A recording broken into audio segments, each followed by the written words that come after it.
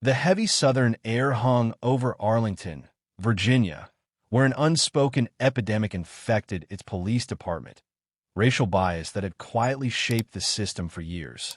While white officers rose with ease, officers of color were passed over, their contributions dismissed. Complaints from citizens about discrimination were buried. Brutality went unchecked. Inside the department, a toxic culture festered, but change had arrived.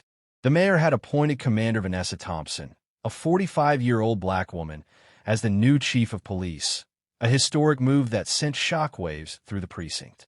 For some, her presence signaled long overdue reform.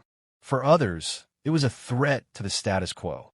Vanessa was no stranger to adversity. With 20 years of experience and a reputation for sharp intellect and unwavering discipline, she had risen through the ranks despite the odds. She wasn't here to impress. She was here to watch, learn, and, if necessary, burn the rot out from the inside. She entered the building without fanfare, dressed simply, dark jeans, blazer, no badge, no announcement.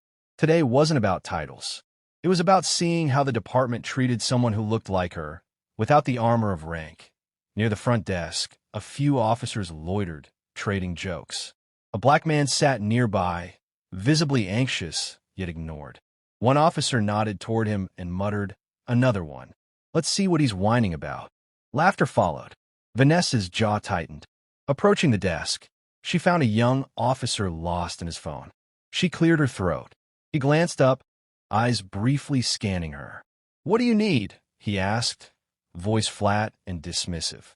"I need to see HR," she said calmly. He grunted and went back to his phone. Behind her, a sharp voice cut through the room. "What is this?" She turned to face Lieutenant Richard Miller. Towering, muscular, with icy blue eyes and an air of contempt. Miller represented everything wrong with the department. "You lost or something?" he asked, eyeing her like she didn't belong.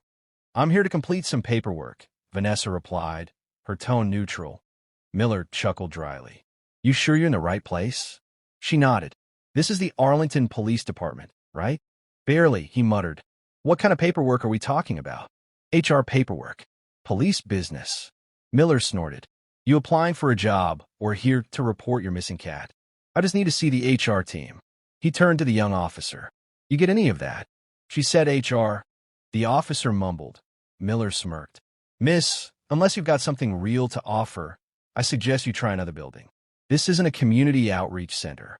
Vanessa remained composed. "I expect to be treated like any citizen. I have a right to speak with HR." "Rights?"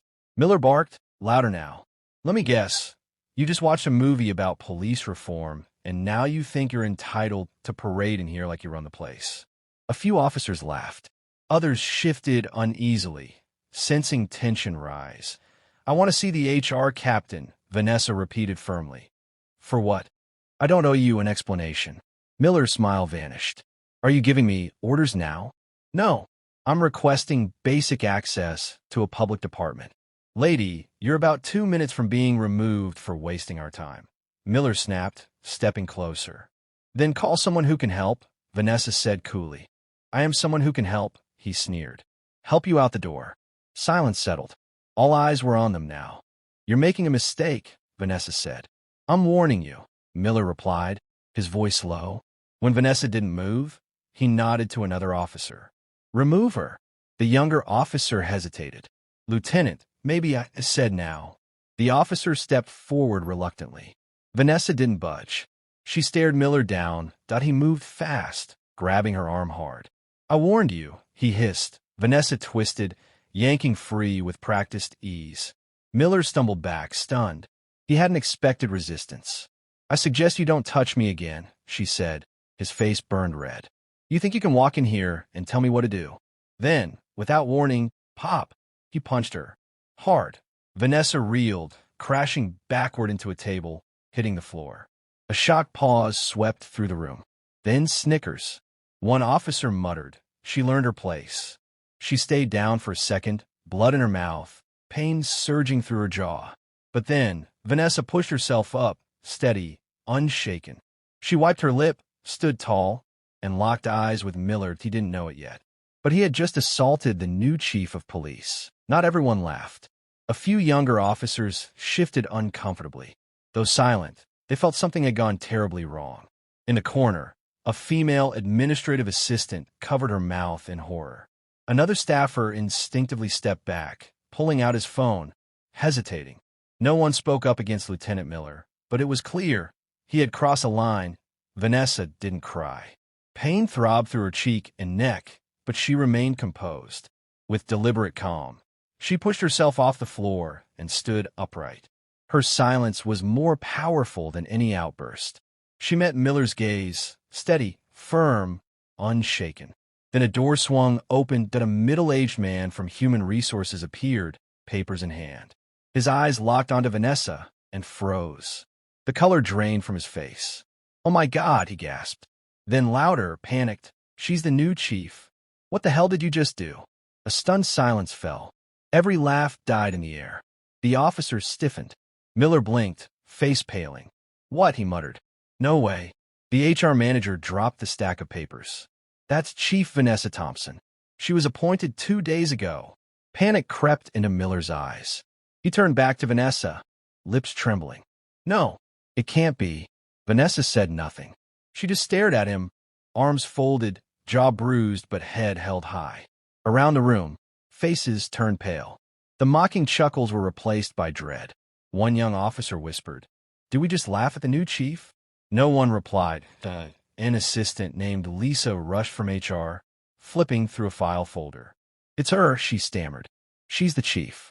Newly sworn in. Gasp after gasp echoed around the room. Vanessa stepped forward.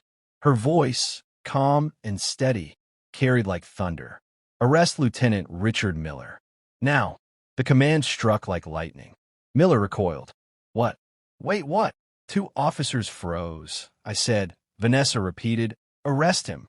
The 2 officers stepped toward Miller, hesitating only briefly.